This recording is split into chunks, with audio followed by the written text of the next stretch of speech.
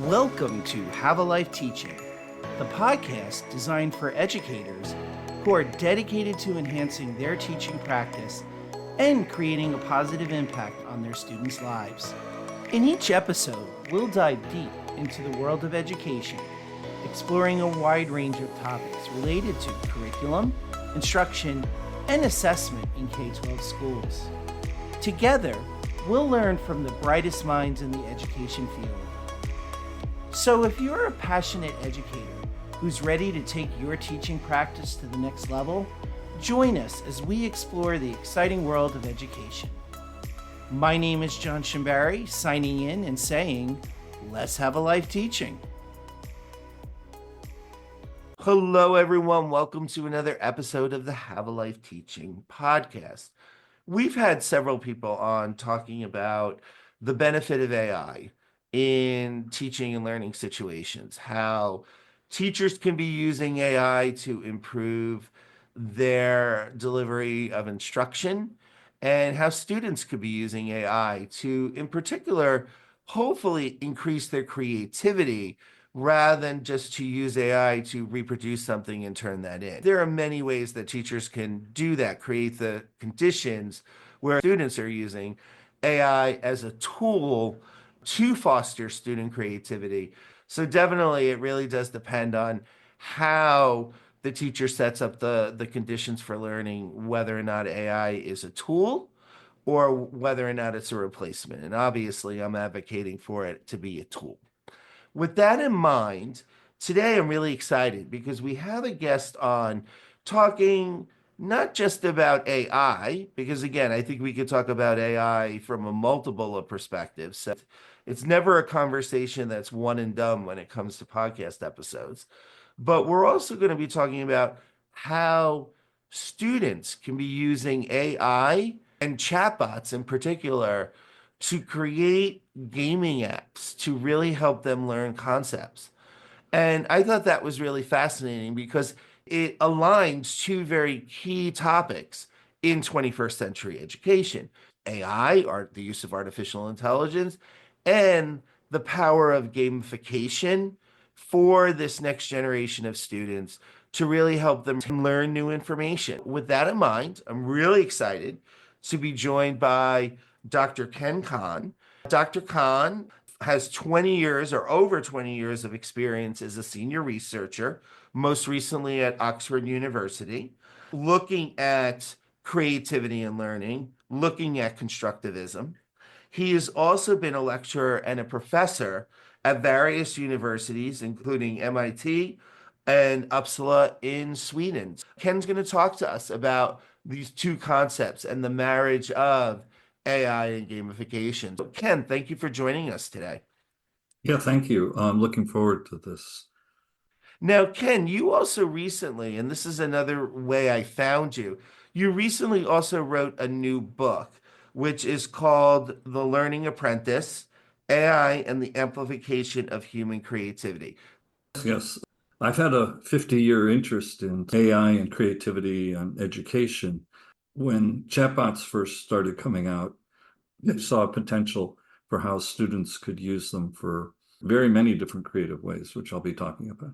Love it. Ken, can you tell us a little bit more about how the use of artificial intelligence as well as gamification became areas, and creativity and constructivism, how those became areas of interest in your research practice?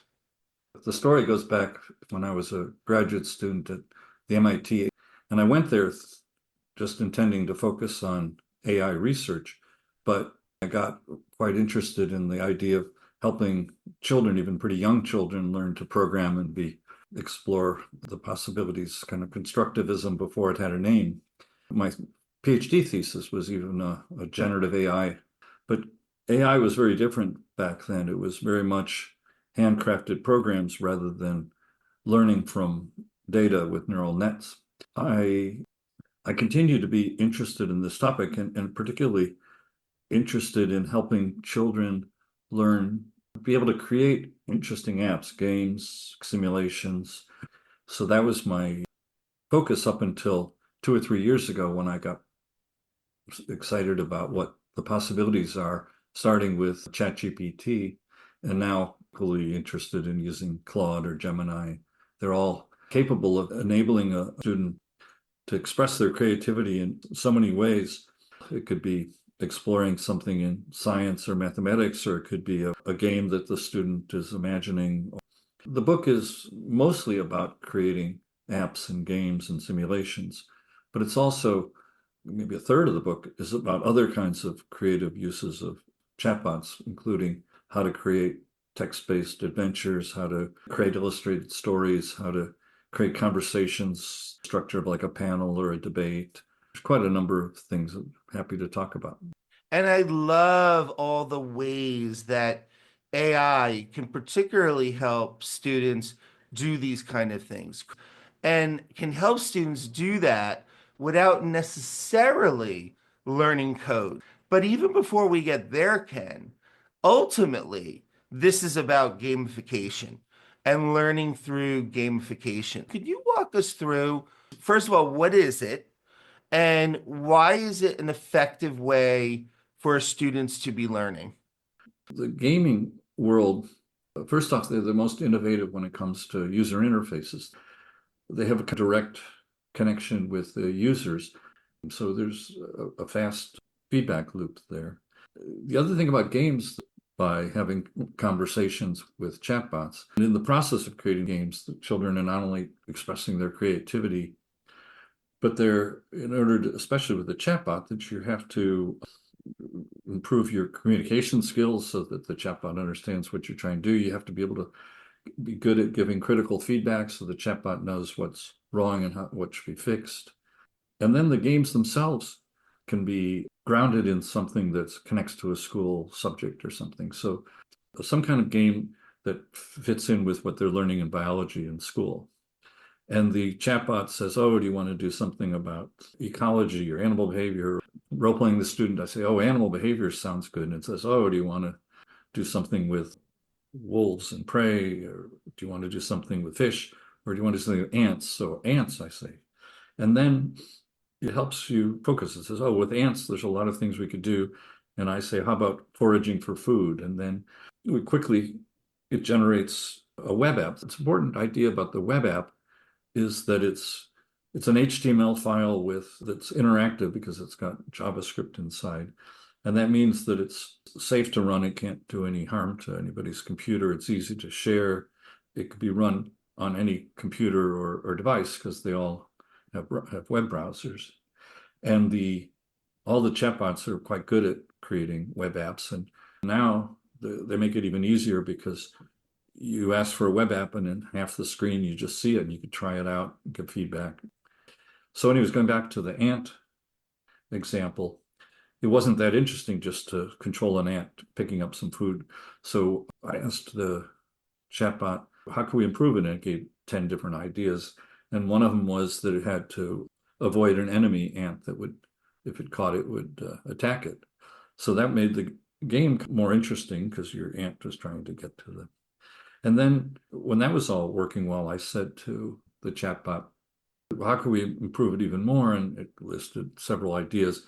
And I said, oh, the one about leaving a pheromone trail, that's interesting. And so now when the ant finds some food, when it comes back, it leaves a little chemical trail. And then the other ants from that same nest could follow that trail and get the food. That's just one example of back and forth getting. Some of the ideas come from the students, some of them come from the chatbot. And in the end, you get a pretty impressive game. Ken, what you're saying is, with no coding experience, a student can go on ChatGPT or Gemini questions, but through a series of prompts, Mhm. can ask ChatGPT or Gemini to create a web-based game, and it will actually create that game inclusive of graphics and all that. Is that what you're saying? Yes, there's a whole section about dealing with the graphics because some games, they work very well if they could rely on something like emojis or simple drawings that it could draw right on the canvas. With the ant example, ChatGPT and Microsoft's Copilot and Google's Gemini, all of them, you could ask for an image of an ant, and a realistic looking ant as seen from above.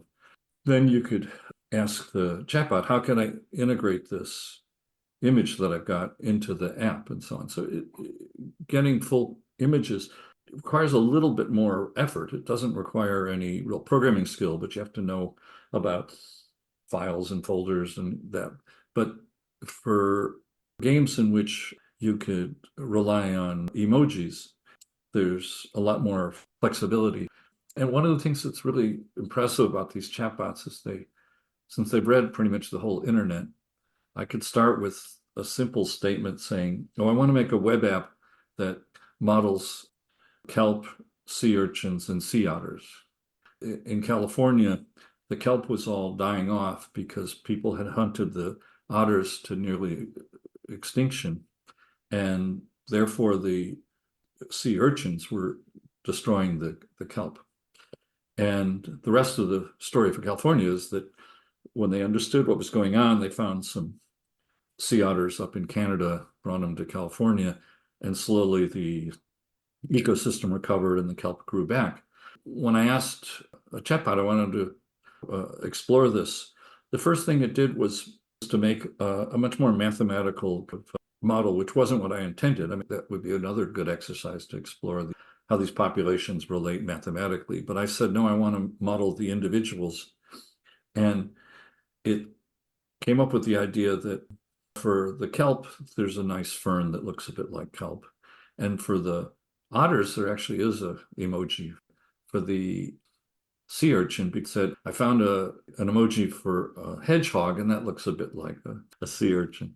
And then once the simulation was working, I could ask visualization, add graphs to it, sliders, so you could control the initial population. So you could explore this thing, to recreate it even, where you start off with very few otters and the kelp is declining, and then you introduce them.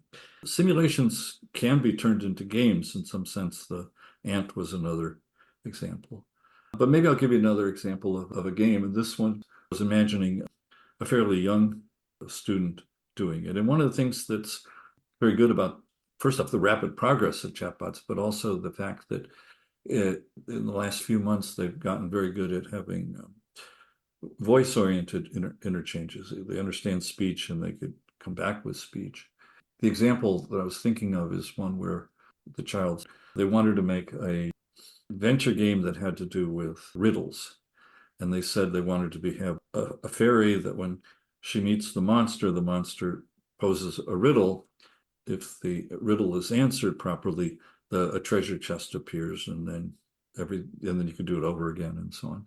And for the fairy and for the monster and the treasure chest, you could ask the chatbot to create those images, and then it's a little bit hard for a child 8 or 9 years old to know how to incorporate those images, even if it gives you instructions. But that little bit aside, or maybe some older person helps them with integrating the images.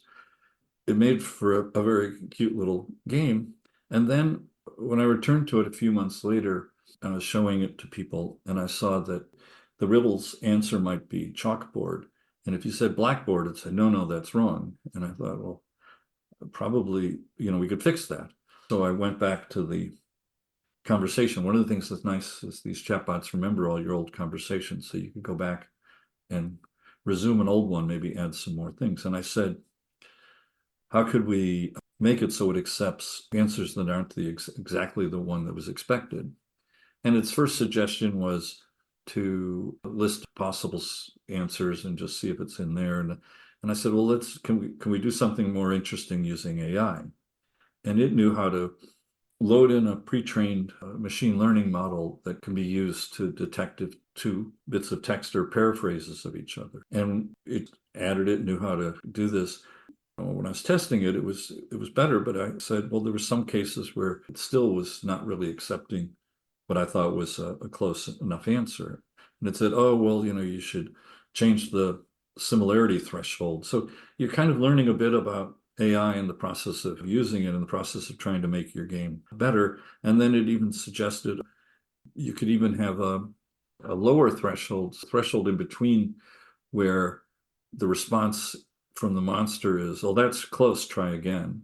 as opposed to no, it's wrong or something. Mm. So there's a lot of possibilities for creating interesting games, but also bringing in one more example like this that was a much more fun game. I asked a chatbot, could you make a game where you see the video feed of your face and whatever the camera is showing, and then animated balloons start falling from the sky, and if you touch them with your finger, they pop, and it keeps score. And it really wasn't that difficult to because it knows how to make a web page that displays the camera feed, but it also knows how to load a model that will, it's called hand pose, that will, for your hand, figure out, where every joint is. And then it would use that to figure out if there was a tip of a finger pointing to one of the balloons, and you would make it pop. The possibilities are really so wide for creating games and apps of all kinds.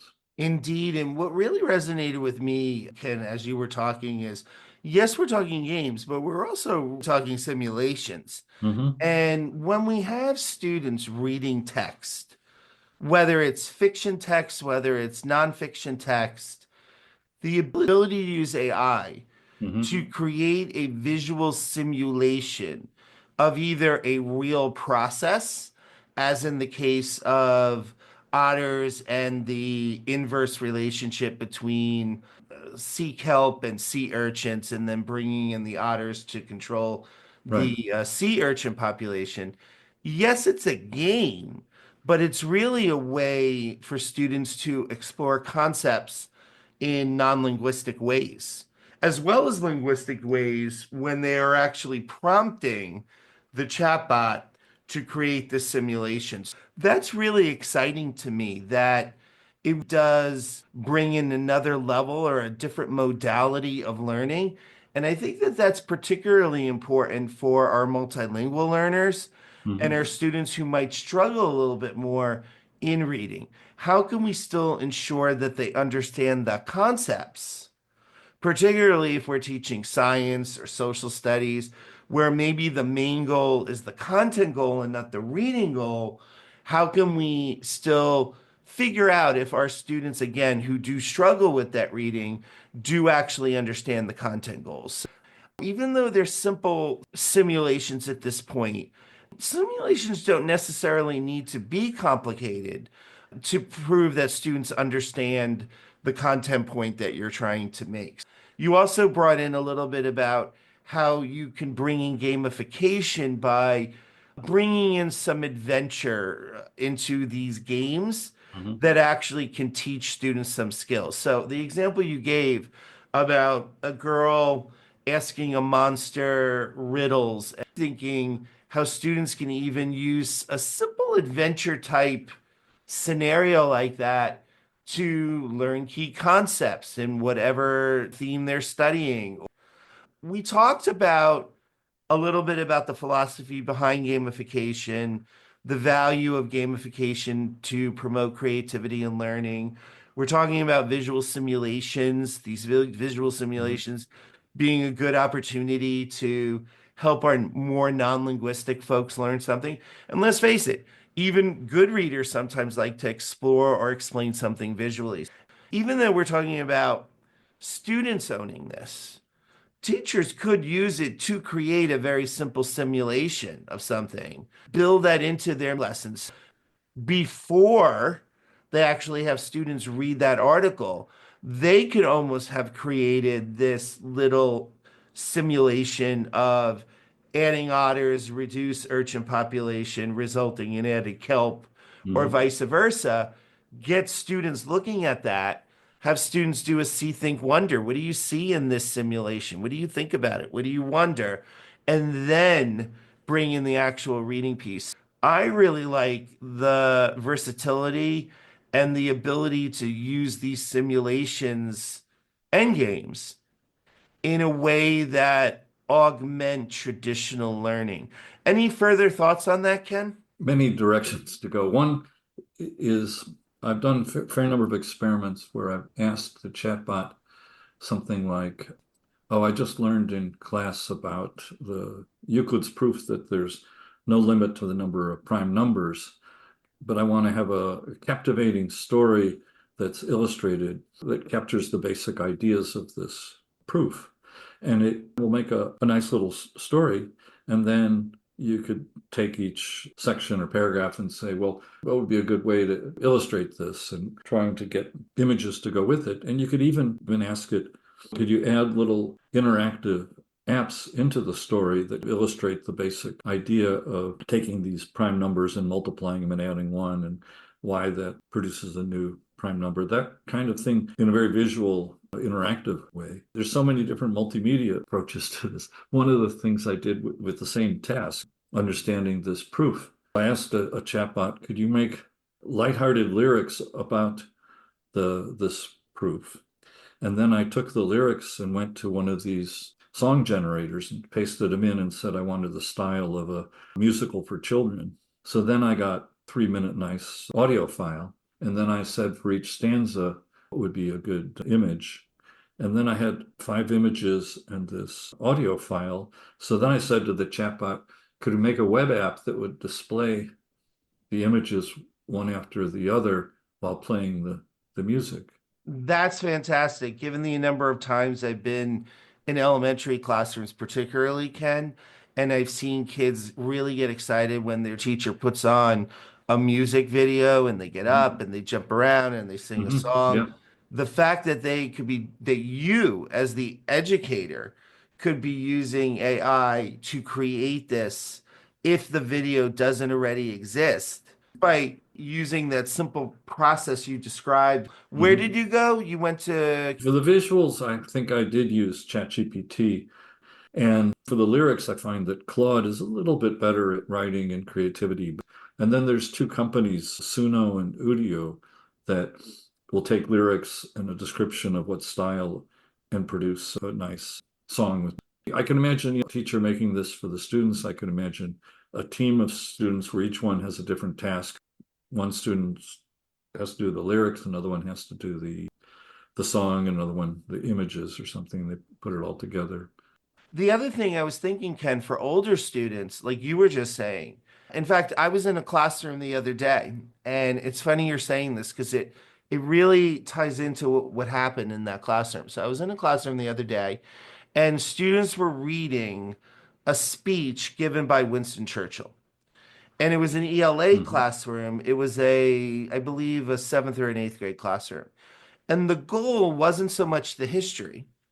The goal was to talk about the structure of the speech Mhm. and to get an idea of what the structure of a speech looks like for them to then write their own speech on something. And the special education teacher pulled me aside and said, though, John, I have a student who not only is a multilingual learner, who's just recently come to the United States, so doesn't have a very good command of writing or even reading in English. They actually don't even read in their primary language. So, what can I do to help my student still stay on task with their classmates and at least have a basic understanding of what Winston Churchill is saying and writing Mhm. wrote in the speech. And we use ChatGPT to find just-in-time resources. And ChatGPT found for us a YouTube video where somebody took Winston Churchill's voice reading the speech, and then had images inserted at various points in the speech that related to what he was talking about at that part of the speech. It also had the subtitles.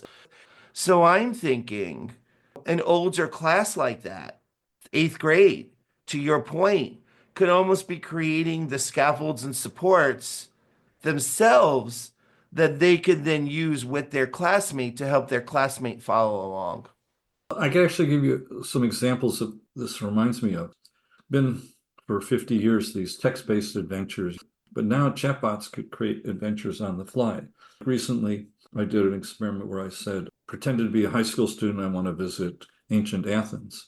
And chatbots describes the scene and what's going on. And then I say, oh, I want to go up to the see the Parthenon, and it describes that. And then I say, oh, I want to talk to one of the priestesses there. And chatbot will lines for what the priestess is saying. And then I say to the priestess, how come there's so many different gods in your religion? And you get a decent answer. And then I say, oh, can we go down to the Agora and talk to the philosophers? And I talk to Socrates about its consciousness. So you could have a big adventure like this.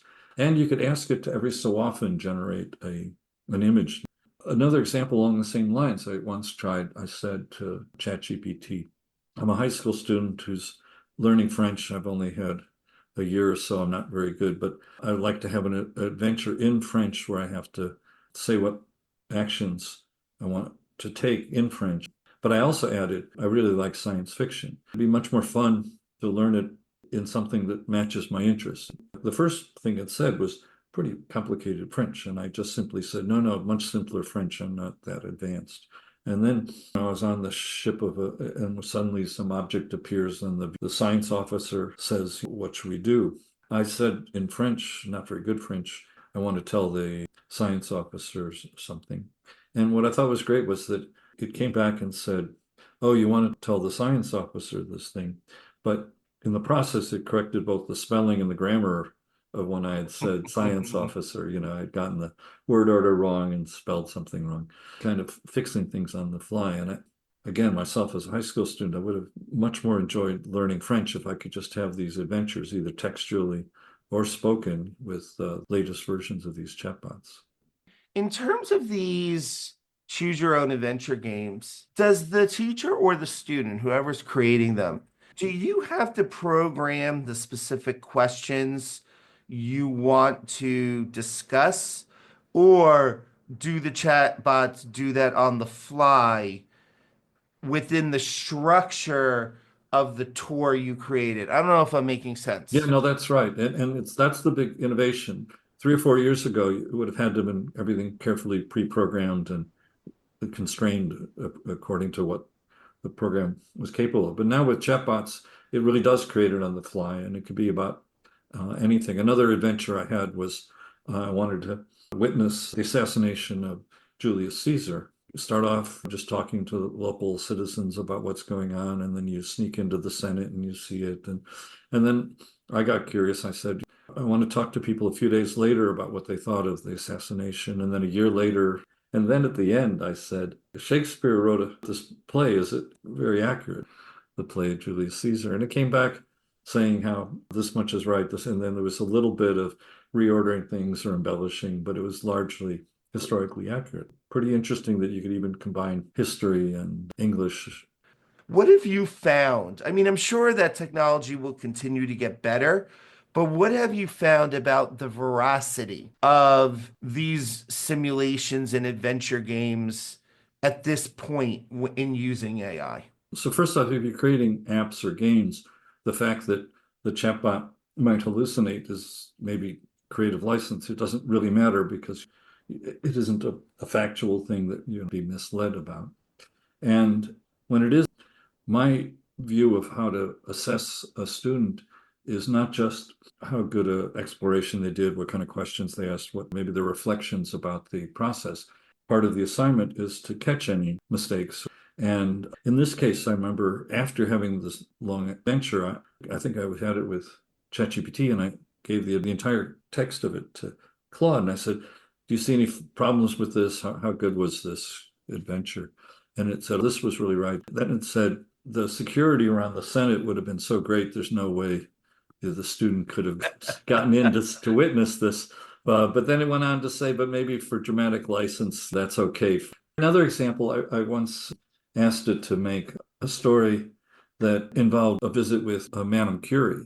But Madame Curie at one point says, I'm so proud of my work on radiation because it's helping to cure cancer. And then I said, did Madame Curie know that her research had anything to do with cancer? And of course, that was many decades after she did the research, telling the chatbot she couldn't have known about this. And it's, oh, I'm sorry, I'll rewrite it so that she doesn't know anything. You're bringing up a good point that students aren't just learning by going through the simulation. They're also perhaps, especially if they're upper elementary, middle, and high school, Mhm. after they go through the simulation, assessing it. Right. What do you think it was accurate? How do you know? What did you learn about whatever it is we're studying? Do you think that that's accurate or not accurate? How do we find out? What questions did it generate for you? Now that you know Right. this, if that is indeed not a hallucination, where do you go with your new questions? How do you find out more information about that? It's a great way for students to be owning the learning and the conversation and increasing knowledge. How do we learn in additional ways to reading that then could support our ongoing reading and writing? And I Right. see these choose your own adventure activities, these simulations, these games helping open up windows, doors, multiple access points to the information in an efficient way that in the past was not possible. It's an exciting time. Yes, it is. Speaking of reading, I think that one of the aspects has to do with motivation and engagement. But if you're trying to create a game that you're excited about creating, then you're going to have to read what the chatbot said in response to. You have an additional reason to do the reading because it's critical for creating the thing that you're imagining and you're passionate about. So I think that the reading, the critical thinking, the communication skills. Again, the subtitle of the book is AI and the Amplification of Human Creativity. It's really a focus on how you could be using AI, the students and the teachers, to be more creative along curriculum lines or just pure imagination. Ken, in your book, do you have prompts that teachers and or students could use to create some of these games and or adventures? Yes, that's a major focus of the book is that it's not theoretical. The vast majority of the book is, examples where the prompts given and the conversations. But of course, many of these conversations get to be very long. So in the book, many of them are abridged or summarized, but for every example, there's a link to an online appendix where the full conversation is available in the app that was created or the adventure is available or the illustrated story, whatever was involved. And there's also chapters with tips for how to come up with the best prompts. There's a lot of talk of what's called prompt engineering, where you learn these complicated skills for coming up with just the right description of what you want. And I think that with today's chatbots, occasionally that's useful, but what works probably often better is to start simple and back and forth. And you kind of work back and forth to get closer to what you're thinking about. And there is another chapter about what we call guiding prompts. And these aren't so much prompts to describe what you want to create. It's more about setting up the whole context where you're telling the chatbot, okay, the students are sixth grade students in a biology class, and that their assignment is to make some kind of web app game. And you should ask them lots of questions. If they have an idea that's too complicated, remind them to start simple and then improve it. You're just setting up a little bit of a context. You maybe even add to that, occasionally ask them reflective questions so that they think about what they're doing. Chatbot has an initial guidance and constraints, and then the student has the conversation back and forth. And there's easy ways to prime the chatbot. But it's great how the chatbots could adapt to so many different constraints and different complexity of language and even which language they speak. Ken, where can people find out more information about you and the work that you do? I regularly post on LinkedIn and Facebook. There's links like LinkedIn to my homepage where you could see my publications and see my most recent research. Thank you so much for your time today, Ken. Yeah, no, I really enjoyed this. Thanks for doing it. Thank you for listening today. I hope you got some great tips that you can bring back into your teaching. Remember, have a life teaching without sacrificing your own. Also, don't forget to subscribe and be well.